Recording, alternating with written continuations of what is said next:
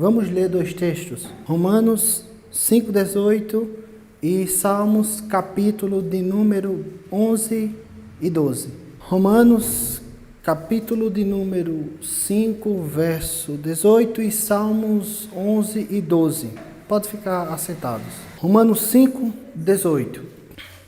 Diz assim a palavra de Deus: pois assim como por uma só ofensa veio o juízo sobre todos os homens para a condenação, assim também por um só ato de justiça veio a graça sobre todos os homens para a justificação que dá a vida. Agora nós leiamos Salmos, capítulo de número 7, versículo de número 11 e 12. Salmos 7, 11 e 12, que diz assim: Deus é justo juiz, Deus que sente indignação todos os dias. Se o homem não se converter, afiará Deus a sua espada, já armou o arco e tenho pronto. Meus irmãos, eu recebi uma sugestão de pregar sobre o que eu iria ministrar lá em Recife. Eu recebi uma sugestão de ministrar aqui o que eu iria ministrar lá. Mas eu fui levado ao Senhor para pensar sobre o seguinte tema: a ira de Deus. Há tempos que eu acredito e creio, pela história da igreja, tanto desde o primeiro século como até os dias de hoje, olhando para a situação do Brasil, eu vejo que a igreja brasileira abandonou há tempo o Deus que é revelado nas Escrituras. A igreja brasileira abandonou, a maioria dos cristãos abandonaram o Deus que é revelado nas Escrituras. Irmãos, existem duas maneiras pela qual Deus se revela. A primeira coisa que nós devemos entender é que ninguém descobriu Deus. Nenhum cientista, nenhum pesquisador, nenhum filósofo, nenhum poeta, nenhum homem inteligente descobriu a Deus. Deus quis se revelar aos seres humanos. E por essa causa é que nós podemos conhecer a Deus. Porque Deus é quem se revela. Se não fosse assim, ninguém conheceria a Deus. Martinho Lutero tem uma frase bem interessante que ele diz que para que ele se manifeste é necessário que ele use máscara, porque ele é tão grandioso, ele é tão glorioso, que é necessário que ele use uma máscara para que nós venhamos a conhecê-lo, para que ele se revele, porque nós não temos condições de conhecê-lo completamente, porque Deus é infinito e nós somos finitos. Então, há duas maneiras de Deus se revelar. A primeira é a revelação geral, que é a revelação que nós podemos ver pelo mundo e pelas coisas criadas. Isso está no Salmo 119, verso 1 e verso 2. E Romanos capítulo 1, versículo de número 20. O Salmo vai dizer que os céus proclamam a glória de Deus e o firmamento anuncia as obras de suas mãos. Então, uma das maneiras pelas quais Deus se revela é pela criação. Essa é chamada a revelação geral. Todos os seres humanos têm essa revelação de Deus. E Romanos, capítulo de número 1, versículo de número 20, vai dizer: porque os atributos invisíveis de Deus, assim o seu eterno poder, como também a sua própria divindade, claramente se reconhece desde o princípio do mundo, sendo percebido por meio das coisas que foram criadas, ou seja, o mundo, os céus, a terra, o mar, a ordem estabelecida, proclama que existe um Deus criador de todas as coisas. Essa é a primeira revelação, essa é a revelação geral. Porém, essa revelação, ela não gera fé, essa revelação, ela não gera arrependimento, e essa revelação não gera novo nascimento e nem transformação de vida. Há, porém, outra maneira de Deus se revelar, e essa maneira ela é bem mais específica. Essa maneira de Deus se revelar é pela sua palavra, é pela Bíblia Sagrada. Digo isso porque eu queria perguntar, e porque nós somos cercados de vários mitos a respeito de Deus, a respeito da Bíblia e a respeito de vários temas que implica o nosso Deus. A primeira coisa que eu quero dizer é que a revelação especial de Deus, a Bíblia Sagrada, ela gera fé, ela gera arrependimento, ela gera mudança de vida e novo nascimento por meio da atuação do Espírito Santo. A palavra de Deus, ela é verdadeira e fiel. Então eu pergunto uma coisa: o quanto nós conhecemos de Deus? Nós conhecemos pela revelação geral? Nós conhecemos por tradições, por mito e por coisas que nós escutamos? Ou o que nós conhecemos a respeito de Deus é o que nós entendemos e vemos claramente nas Escrituras, que é a nossa única fonte de fé, autoridade, e a única fonte que nós podemos confiar completamente é a Bíblia Sagrada. Só ela é uma fonte segura para conhecermos a Deus como Ele quis se revelar. Então, quando nós paramos para pensar no mundo evangélico do Brasil atualmente, seguindo o mundo ocidental inteiro, nós podemos perceber que a igreja está completamente afastada e distante do Deus que as Escrituras revelam. Eu quero que fique bem claro isso, que nós estamos, como igreja, como um todo, completamente distantes daquilo que as Escrituras revelam para nós. A primeira coisa que eu quero deixar claro aqui é que Deus das Escrituras, Ele não tolera o pecado. Deus, o Deus das Escrituras, Ele não tolera o pecado. Vamos ler Gênesis, capítulo de número 2, versículo de número 17. Gênesis 2, 17, que diz assim: mas da árvore do conhecimento do bem e do mal não comerás, porque no dia em que dela comeres, certamente morrerás. Deus criou os céus, a terra, o mar e tudo que neles há. E Moisés, que escreveu o Pentateuco, ele faz questão de deixar claro que tudo o que Deus criou, a princípio, era bom. Era bom. Moisés faz questão de deixar isso claro na sua narrativa, na narrativa da criação de Gênesis 1 ao 3. Quando Deus criou Adão e Eva, eles eram puros, eles eram santos, eles tinham um livre-arbítrio total e completo.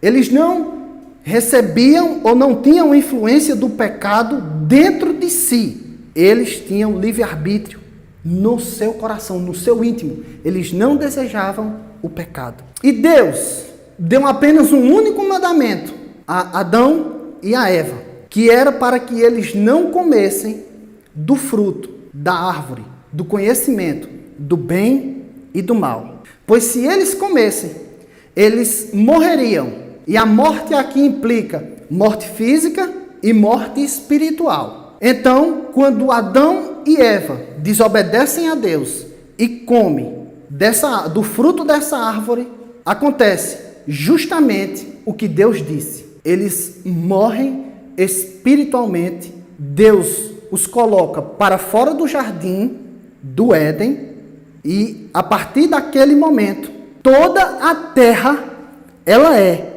amaldiçoada por causa do único pecado, do pecado de Adão e de Eva.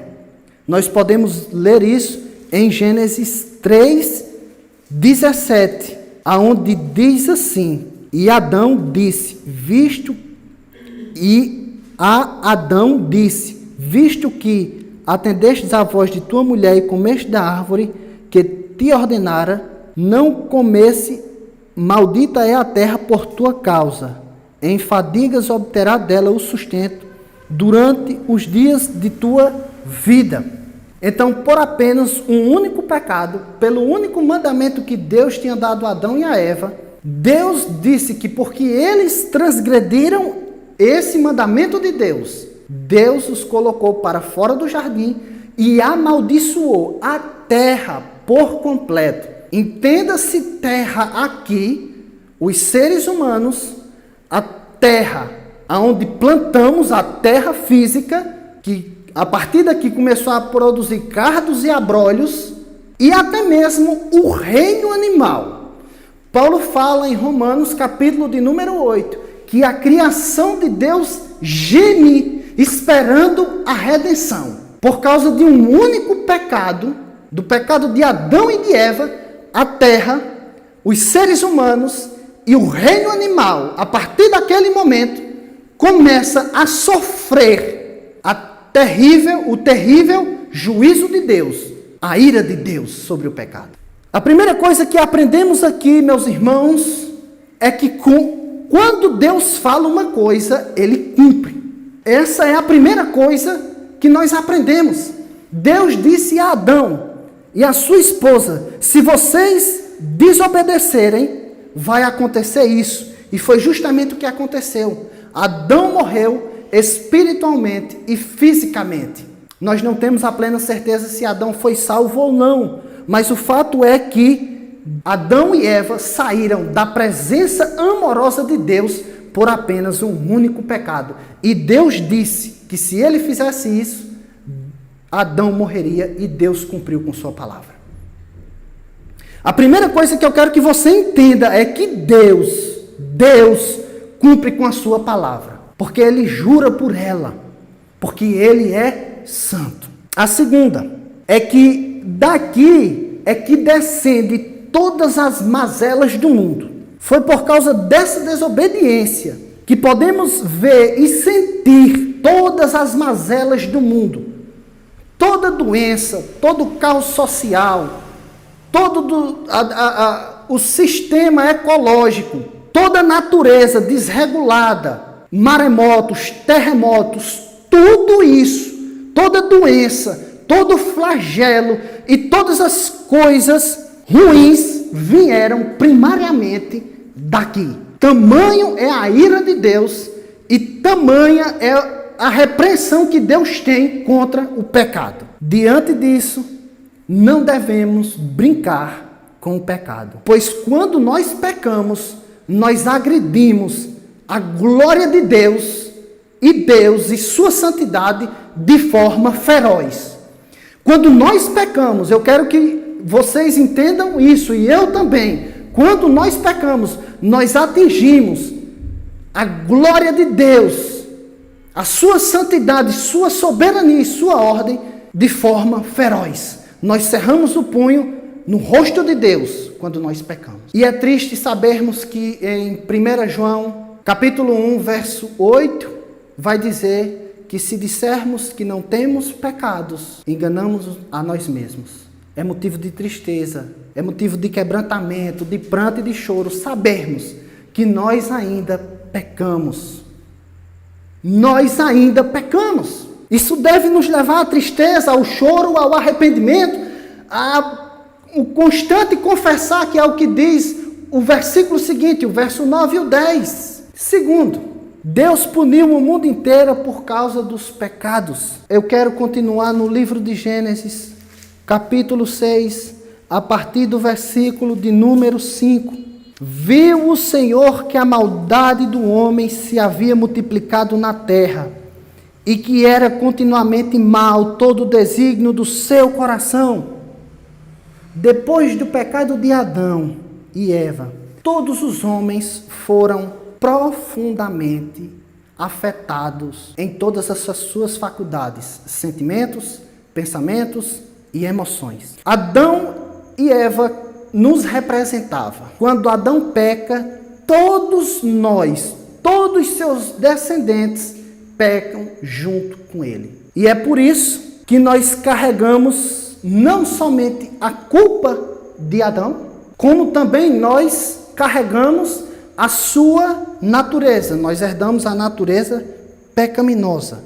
Nós já nascemos mortos espiritualmente. Nós já nascemos debaixo da ira de Deus, separado de Deus.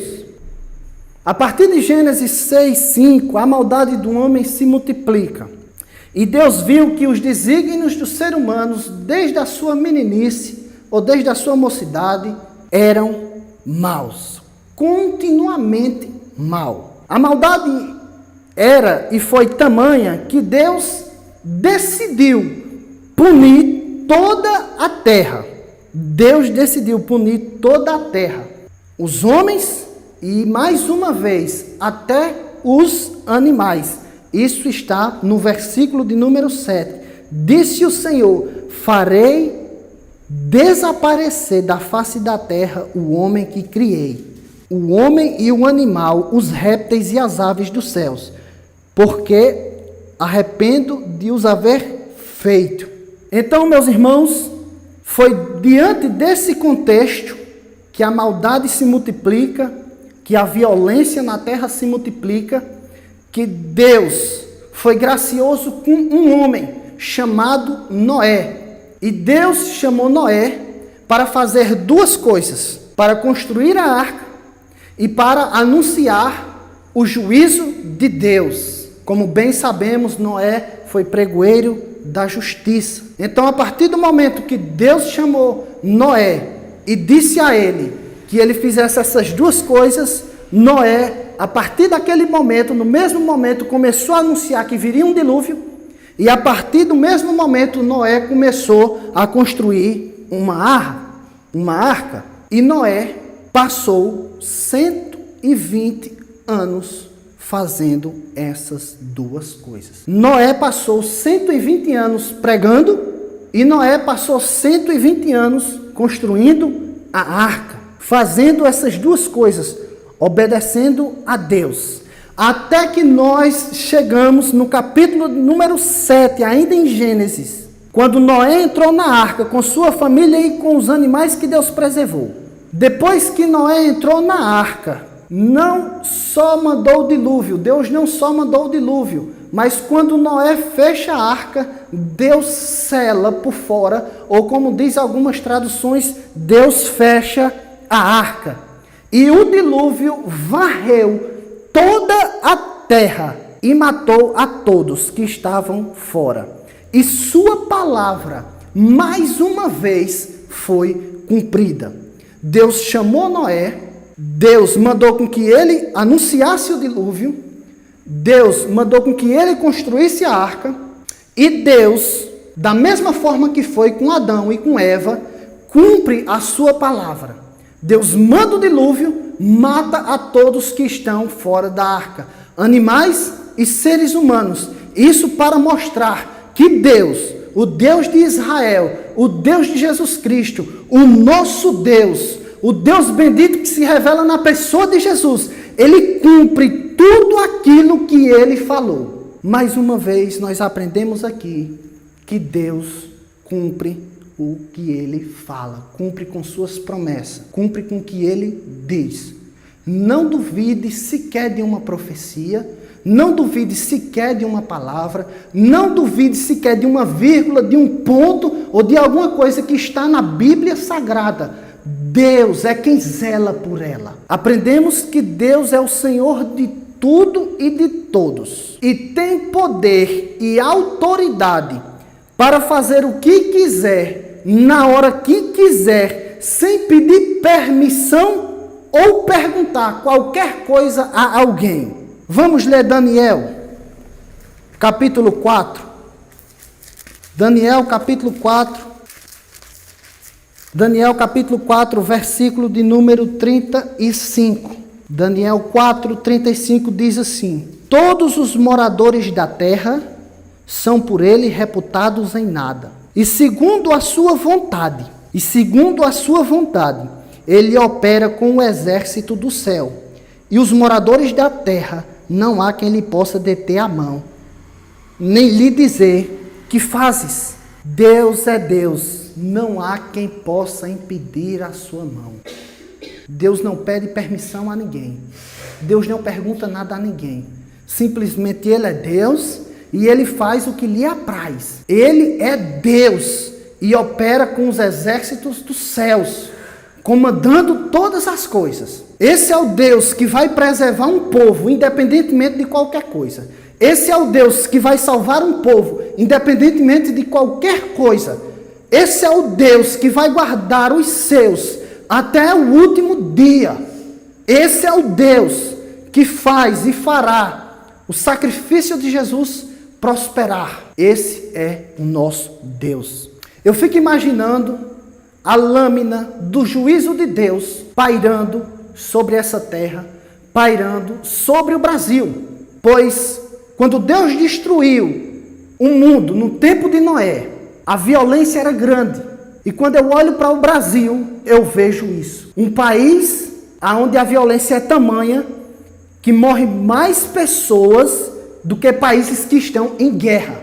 E Deus destruiu o mundo de Noé, o tempo de Noé, a terra, os seres viventes, na época dele por causa da violência. E quando eu olho para o Brasil e vejo a violência, eu percebo que a lâmina de Deus está por um fio para cair no Brasil. Se na verdade já não for o juízo de Deus. Eu olho para o Brasil e eu começo a me perguntar como ficam os abortos clandestinos. Quantas mentiras, quantas promiscuidades, quantos negócios sujos, quanta mentira, difamação, quanta calúnia, quantas coisas erradas não existem. E eu fico me perguntando qual vai ser a hora que o Senhor, assim como foi em Gênesis, vai decidir destruir esse mundo. Porque aqui e no mundo inteiro há todo tipo de perversidade. Nós estamos vendo agora ao vivo, na nossa época, uma guerra por causa de poder e interesses escusos. Nós podemos ver nações e mais nações como China, como Rússia, como os países islâmicos que faz uma forte repreensão ao cristianismo. A pessoa de Jesus não aceita. E eu olho para tudo isso e eu vejo a lâmina de Deus pairando sobre o mundo. E eu fico a me perguntar, quando é que essa lâmina vai cair e decepar a todos aqueles que não se renderam ao Senhor Jesus? Tem pessoas aqui que pensam que esse é o Deus do Antigo Testamento. Deus só fazia isso no Antigo Testamento. E aí eu me faço a pergunta do início. De onde vem o seu conhecimento de Deus? De onde vem o nosso conhecimento de Deus? Da revelação geral? Dos mitos e das tradições que escutamos dia após dia? Ou dos provérbios populares que escutamos? Ou o nosso conhecimento vem da palavra de Deus, revelada, fiel, santa e justa? Deixa eu lhes dizer uma coisa. O Cordeiro de Deus vai ser aquele que vai derramar o juízo de Deus aqui nessa terra. Sim, o Cordeiro. Apocalipse 6, versículo de número 16. Apocalipse 6, versículo de número 16. E disseram aos montes e aos rochedos: caia sobre nós, e esconde-nos da tua face, daquele que se assenta no trono, e da ira do Cordeiro. O livro de Apocalipse fala que haverá um tempo.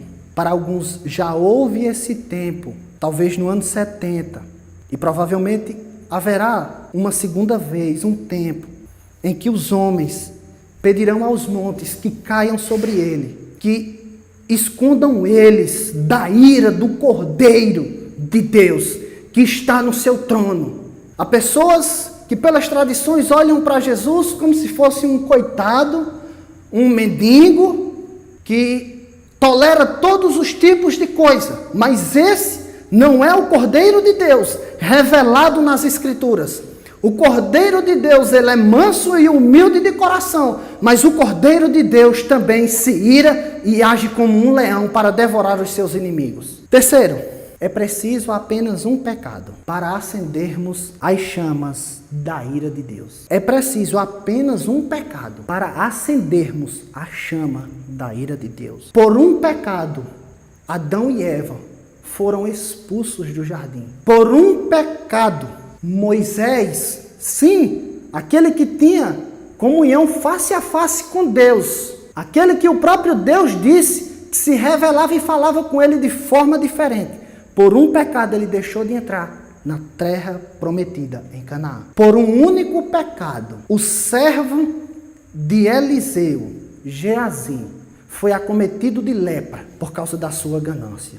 Por um único pecado, Deus fulminou Ananias e Safira diante de toda a igreja. É preciso, irmãos, apenas um único pecado para acendermos as chamas da ira de Deus. Esse é o Deus revelado nas Escrituras. É um Deus que se ira. Aqui eu faço um apelo pelo amor de Deus e digo mais especificamente: se sabemos que estamos desagradando a Deus em alguma área da nossa vida ou em alguma parte específica, abandone esse pecado. Não brinque com o pecado.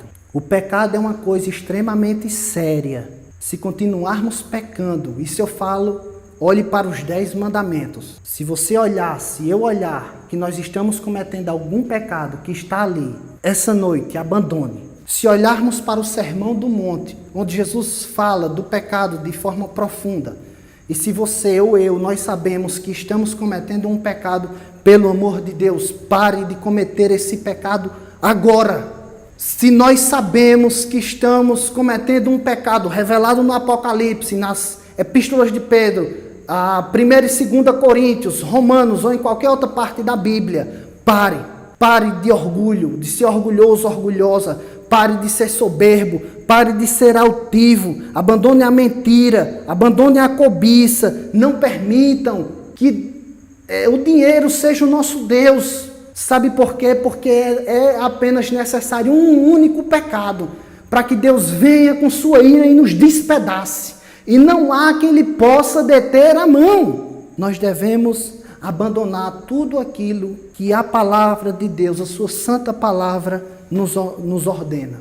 E além de abandonarmos tudo aquilo que a palavra de Deus nos ordena, devemos se voltar para Deus e fazermos o que Ele manda. Mais uma vez eu quero dizer a todos: não brinquem com o pecado. Não brinquem. Deus é capaz de fulminar qualquer um, a hora que Ele quiser, da forma que Ele quiser, onde Ele quiser. Ele não deve explicação a promotor, a juiz nenhum. Aliás, Ele é o dono da terra, Ele é o juiz que julga com toda a retidão. Quarto, e quando não há punição aparente? Quando nós vemos pessoas pecando e não vemos a punição de Deus. A Bíblia explica isso. Tem três textos que eu quero aqui citá-los, mas trabalhar apenas em cima de um só.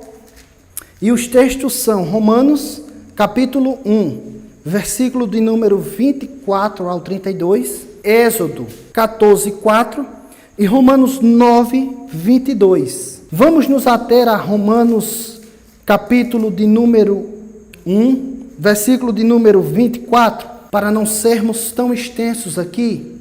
Diz assim: por isso Deus entregou tais homens à imundícia, pelas concupiscências de seu próprio coração, para desonrarem o seu corpo entre si, pois eles mudaram a verdade de Deus em mentira, adorando e servindo a criatura em lugar do Criador, o qual é bendito eternamente. Amém.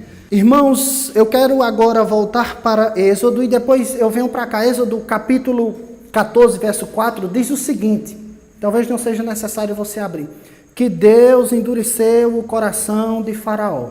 Há pelo menos duas interpretações para esse Deus endureceu o coração de Faraó. A primeira interpretação, para alguns, é que Deus joga como se fosse um balde de concreto no coração de Faraó, para que ele fique mais duro. Particularmente eu não creio nessa interpretação, eu respeito, não creio.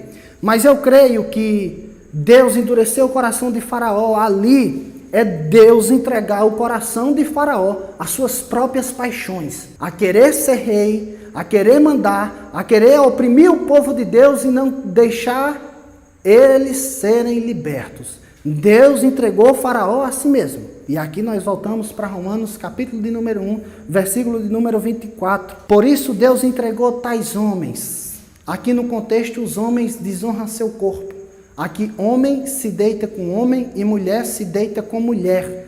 Era muito comum no Império Romano o homossexualismo. De 12 imperadores, 11 eram homossexuais. E por incrível que pareça, no exército romano, os guerreiros eram casados, mas as mulheres eram para terem filhos somente, mas um negócio rolava solto entre eles mesmos. E Paulo olha para esse contexto, o contexto de pecado do mundo gentil, como um todo, não só esse pecado, mas outros pecados. E Deus disse que aquilo dali já era o próprio juízo de Deus. Era Deus entregando o homem a si mesmo. Por quê?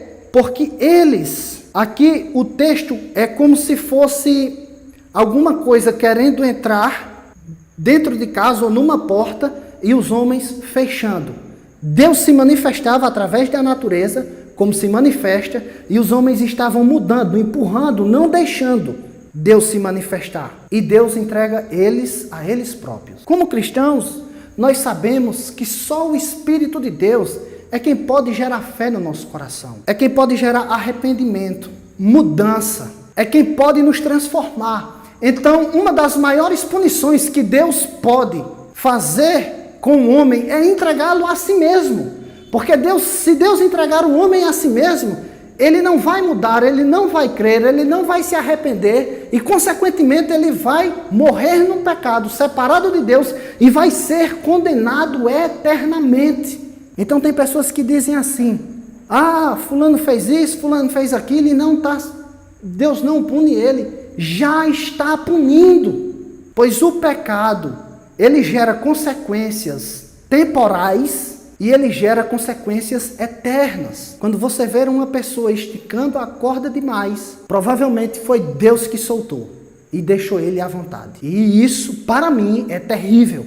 Porque imagine só eu e você, Deus olhando para nós sabendo de nossas fraquezas e dizendo, vá só, se vire.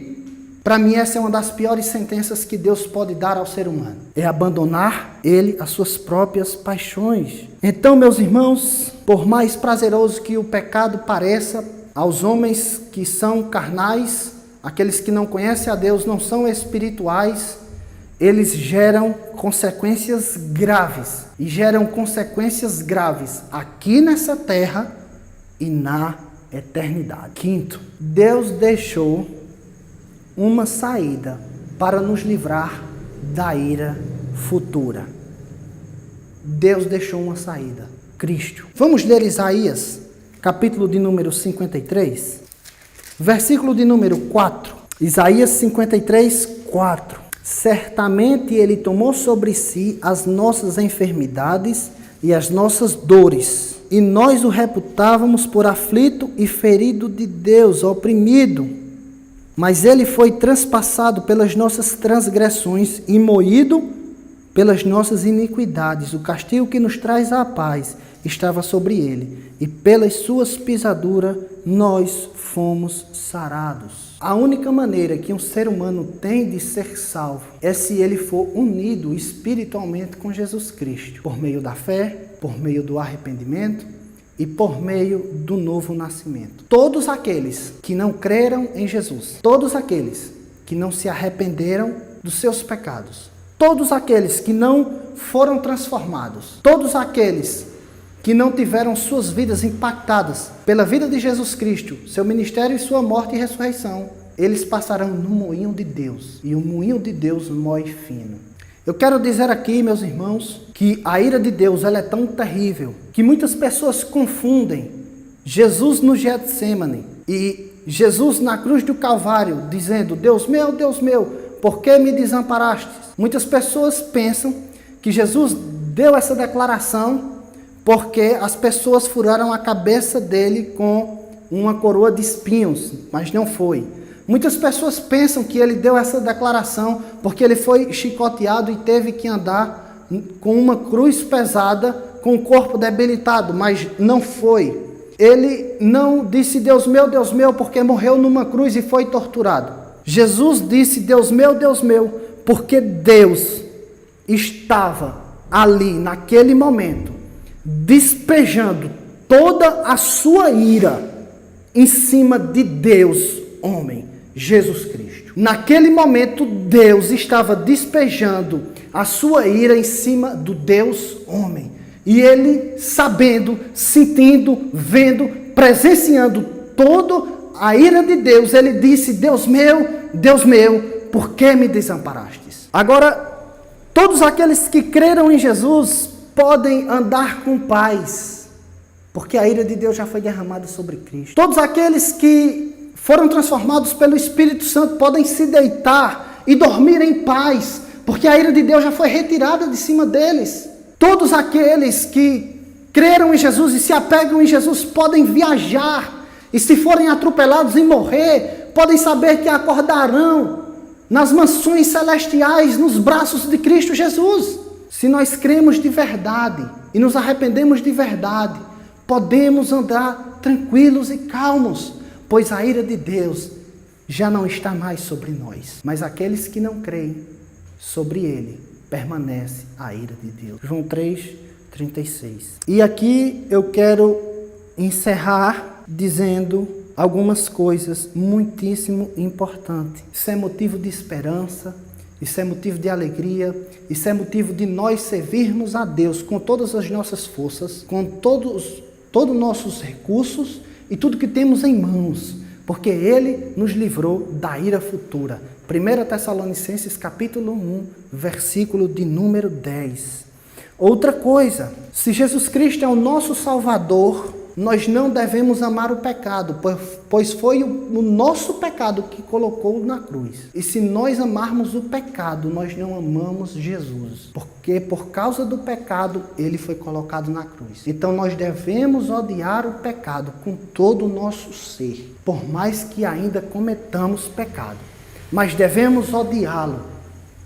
Aqui, meus irmãos, eu queria também que vocês parassem para pensar o quão distante nós estamos do Deus que é revelado nas Escrituras, porque as famílias que estão na igreja procuram as coisas físicas e materiais, terrenas e temporais para os seus filhos. Mas eu não vejo a maioria dos pais procurando salvação, mudança e transformação para os seus filhos. Eu não vejo. Eu não estou falando apenas dessa congregação, desse povo. Eu falo a nível do Brasil, onde conhecemos. Eu não vejo os pais e as mães e nós passarmos tempo e bom tempo evangelizando nossas famílias, pregando para elas, orando por elas, chorando por elas, indo até elas. E aí eu faço uma pergunta: será que nós temos apenas um conhecimento intelectual de que Deus se ira? Ou nós temos um conhecimento que envolve razão, emoção e sentimentos? Para onde iriam nossos familiares se eles morressem hoje? Para onde eles iriam? Eles iriam para o lugar onde Daniel fala, Daniel 12:2, para a vergonha e o desprezo eterno? Ou eles iriam para as mansões celestiais estar com Cristo Jesus? O objetivo desse estudo / pregação é fazer com que nós venhamos a dar mais valor às coisas de Deus, ao próprio Deus, a Jesus Cristo, a repudiarmos o pecado com todo o nosso ser e todas as nossas forças, por mais difícil que seja. Eu sei que é. Eu não estou pregando aqui para aumentar apenas número de pessoas para inchar igrejas. Não. Eu estou pregando para que nós conheçamos a Deus, como Ele se revela nas Escrituras, e para que nós tenhamos um relacionamento saudável com Ele. Porque você só pode ter um relacionamento saudável com uma pessoa que você conhece. Se você não a conhece, você não terá. Não terá. Se você não conhece a Deus e os seus atributos, jamais você terá um relacionamento saudável com Ele. Você vai achar que tem, ou nós vamos achar, mas não teremos. Nós devemos conhecer a Deus e os seus atributos para que tenhamos um relacionamento com Ele. Portanto, eu quero encerrar dizendo: irmãos, a lâmina de Deus, da ira de Deus, está prestes a cair pelo mundo. Nós devemos anunciar a todas as pessoas que é possível, ao nosso alcance, que Deus é santo, que Deus é justo, que Deus se ira E ele está irado, como lemos no Salmo 7, verso 11 e verso 12. Ele se ira todos os dias. Ele desembanhou a sua espada e já afiou para todos aqueles que não se converterem. Que Deus nos abençoe em nome de Jesus.